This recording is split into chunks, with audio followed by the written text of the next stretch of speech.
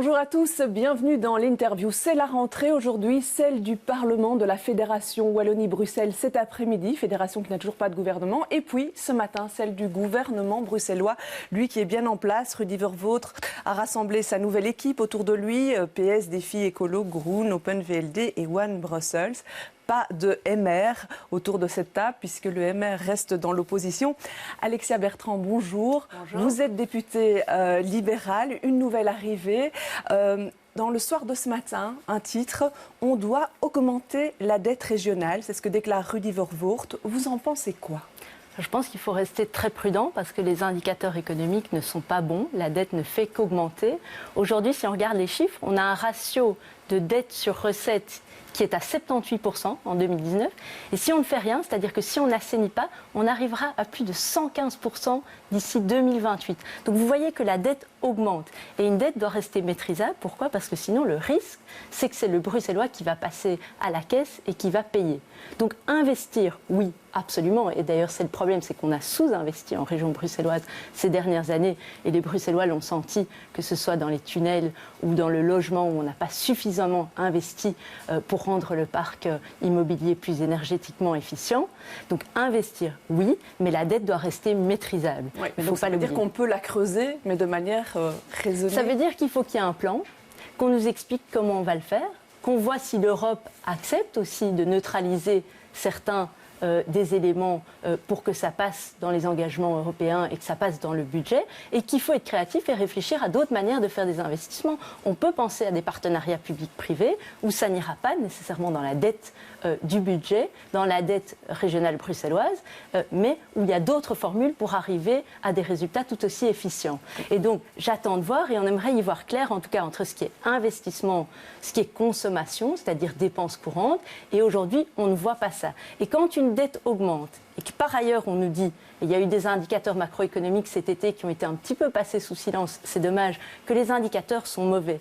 C'est-à-dire que le PIB évolue plus lentement en région bruxelloise que dans les autres régions, que l'emploi évolue plus lentement en région bruxelloise qu'en Wallonie et qu'en Flandre, il faut être extrêmement prudent, parce qu'une dette qui se creuse et par ailleurs sans avoir d'activité économique ou de croissance, c'est dangereux parce que ça veut dire que le Bruxellois risque de payer à un moment ou à un autre. Est-ce qu'on pourrait augmenter, créer des recettes supplémentaires auprès des citoyens et des entreprises en contrepartie justement d'investissements qu'on ferait par ailleurs ? Alors j'ai lu dans l'accord de gouvernement bruxellois qu'on n'allait pas augmenter les taxes, leur volonté.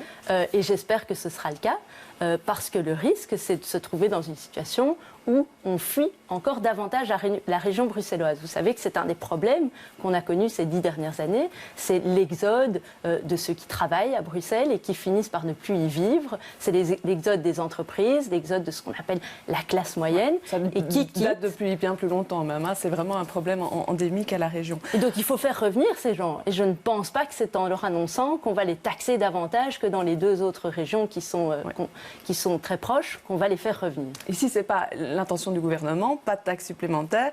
Il parle de réorienter les moyens. C'est ce qu'on entend chez tous les verts du gouvernement qui sont sortis dans la presse ces derniers jours.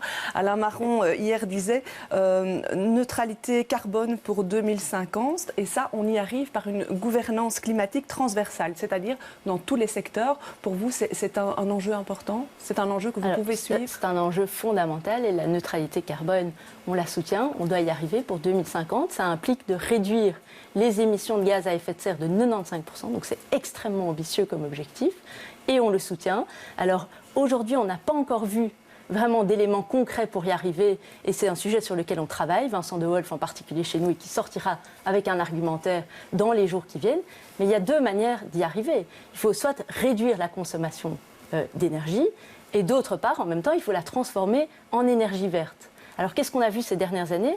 Qu'on a tout misé sur le photovoltaïque ces 15 dernières années à Bruxelles. C'était une erreur. Alors malheureusement, on n'arrive pas en ayant fait ça et en ayant investi un demi-milliard d'euros sur le photovoltaïque, aux 4% qui sont l'objectif que Bruxelles doit atteindre en matière d'énergie renouvelable. Donc ce qu'il faut faire, c'est diversifier. Et il faut miser sur le contexte local pour voir d'autres sources d'énergie. On pense à ce qui a été fait dans d'autres villes, dans d'autres pays, miser sur la géothermie, c'est-à-dire la chaleur qui vient du sol, la ryothermie, récupérer la chaleur des égouts, la chaleur des eaux usées, les chaleurs fatales, la cogénération. Il y a d'autres sources d'énergie. Il faut investir dans l'innovation et dans la recherche là-dedans et les appliquer concrètement à Bruxelles parce que le photovoltaïque ne suffit pas. Alors ça c'est au niveau de l'énergie et puis il y a la question de limiter l'émission finalement de polluants avec ces bâtiments à Bruxelles qui produisent vraiment qui sont une grande source de pollution, d'émissions de CO2. Dans l'axe de ce qui a été dit fin de la dernière législature, ici il y a vraiment une volonté d'inciter chacun à rénover ou même de l'obliger à rénover son bien. Vous suivez le gouvernement là-dessus ? C'est fondamental de travailler sur l'isolation des bâtiments parce que vous le dites très justement, en fait, c'est 70% des émissions CO2 à Bruxelles proviennent du chauffage de bâtiments. Et donc ça, c'est un des sous-investissements que je pointais tout à l'heure. On n'a pas été suffisamment à la pointe en matière de rénovation du parc immobilier. Or, le parc immobilier à Bruxelles, on le sait, est ancien. Donc, il faut investir là-dedans. Maintenant, quand je lis l'accord de gouvernement bruxellois, je vous avoue que je n'y vois pas clair. Parce qu'on parle de revoir le système de primes, on ne sait pas encore exactement comment. On parle de rénover le parc social. On dit qu'on va maintenir en même temps le patrimoine et tout ce qui est classé. On dit que les pouvoirs publics doivent être exemplaires. Quelles sont les priorités? Quels sont les budgets? Quel est le calendrier? Comment est-ce qu'on va commencer? Et comment est-ce que tous ces objectifs vont finalement se goupiller? Je ne sais pas. Ça va se mettre en place au fur et à mesure. L'accord de gouvernement donne les grandes lignes. Maintenant, il faut laisser un peu le temps au ministre d'opérationnaliser tout ça. Changement symbolique. Barbara Track n'est pas ministre de l'économie, mais bien ministre de la transition économique. Ça veut dire qu'il y a une ambition qui est de transformer l'économie bruxelloise. Ça, c'est quelque chose, c'est une nécessité pour vous ? Alors, c'est une nécessité, en tout cas, c'est de garder la vitalité de l'économie bruxelloise.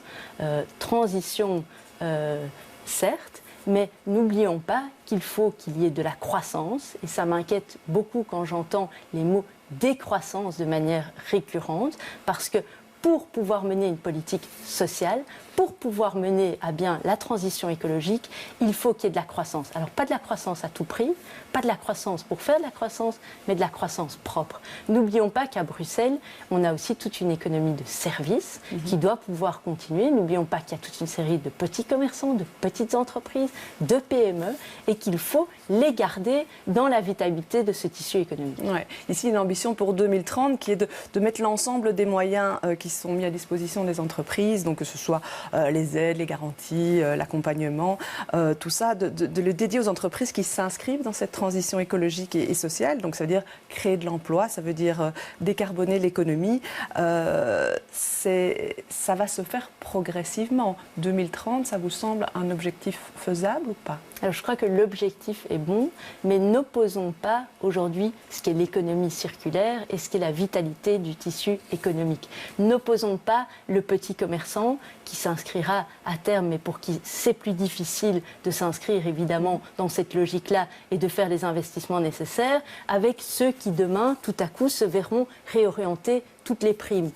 On parle de ceux qui s'inscrivent dans la transition écologique et de ceux qui feront du social. Comment est-ce que cela va se goupiller? Est-ce qu'on va donner une priorité à l'écologie ou au social? Essayons de ne pas opposer ces dimensions. Et je le dis, quand on voit les indicateurs macroéconomiques, c'est fondamental que Bruxelles reste une région attractive, qu'elle reste la capitale des Belges et de tous les Bruxellois, et que les gens aient envie de continuer à venir à Bruxelles.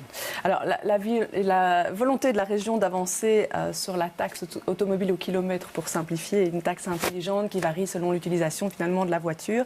La ministre Elke van den Brand disait « Bruxelles n'a pas le luxe d'attendre », en tout cas n'a plus le luxe d'attendre parce que ça fait quand même longtemps qu'on parle de cela. Vous êtes pour ou contre une telle taxation ?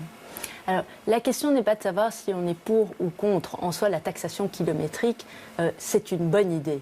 La question, c'est la question de la méthodologie. Une taxation kilométrique, pour autant qu'elle soit intelligente, et il faudra en voir les modalités. Donc, de toute façon, il faut changer la taxation qui existe pour l'instant. Alors, nous, ce qu'on a soutenu, c'est de faire une taxation où on revoit la taxe de circulation et de mise en circulation et où on fait une taxation sur la base de l'éco-score. C'est-à-dire que ceux qui ont un éco-score moins bon vont être pénalisés et ceux qui roulent de manière plus respectueuse et plus verte, eux, seront avantagés. Ça, c'était l'idée qu'on a.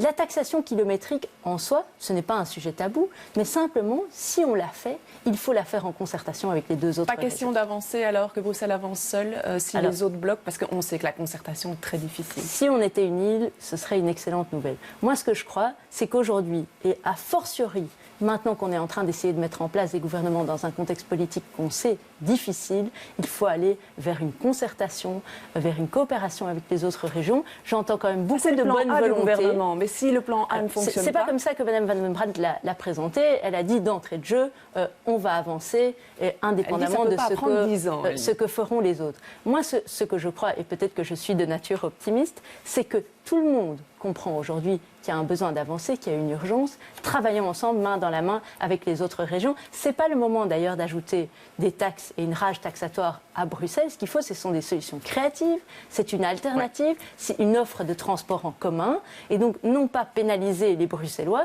et les nafteurs, et surtout pas inciter les Bruxellois à aller vivre en périphérie ou en dehors de Bruxelles, dans un climat où on leur annonce qu'en fait, on va les taxer davantage. Rapidement, parce qu'on est à la fin de cette émission, Didier Reynders quitte la présidence, enfin s'en va vers d'autres cieux, et donc va quitter la présidence de la régionale MR de Bruxelles. Qu'est-ce qu'il faut comme projet pour cette régionale et qui à sa tête? Vous avez moins d'une minute. Voilà, c'est compliqué ça. Alors effectivement, vous avez raison, vous avez nommé le mot projet et c'est ce qu'on souhaite.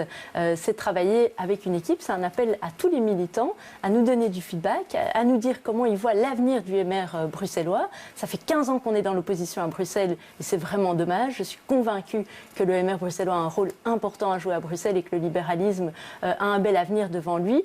Ce qu'on veut, c'est travailler, donner la parole aux militants et se dire comment est-ce qu'on peut faire en sorte que dans 5 ans, nous soyons dans le gouvernement bruxellois pour pouvoir peser enfin sur les choix de gestion qui concernent tous les Bruxellois. Une initiative qui est lancée par 4 jeunes, on va dire, MR, dont vous je ne voudrais pas dire 4, il faut évidemment quelqu'un qui lance un peu les choses, mais c'est un appel qui est ouvert à l'ensemble des militants bruxellois. Il faut changer les choses. Alors, la société connaît une mutation et une évolution incroyable. Et donc, il faut continuellement s'adapter à ces évolutions. Donc, oui, on peut évoluer et on peut transformer le MR bruxellois encore plus en machine de guerre. Voilà, on verra les réponses qui seront données à cet appel. Je vous remercie d'être venu sur ce plateau. Je vous remercie de nous avoir suivis. Demain, dans cette interview, Jean-Jacques Deleu recevra Catherine Moreau. Belle fin de journée à tous.